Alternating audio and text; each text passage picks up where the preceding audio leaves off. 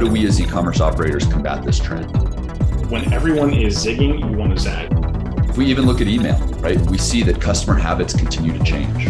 With the recent update in iOS 14.5 and beyond, our main objective is really going towards lead gen over sales conversion. One of the channels that has been a savior has been TikTok. SMS is really the future of e-commerce and is going to be your most important marketing channel over the next 10 years. Before, we could find a pretty good ad, it could work, it could crush, it could actually do a lot of the heavy lifting, and now we have to be very specific. I haven't seen something like this before. Not enough brands are testing TikTok ads right now. Every single day, our customers are telling us how much harder it is to reach their audience than it was just a few years ago. As businesses start to get into that space, we have to navigate that process and position our strategies accordingly.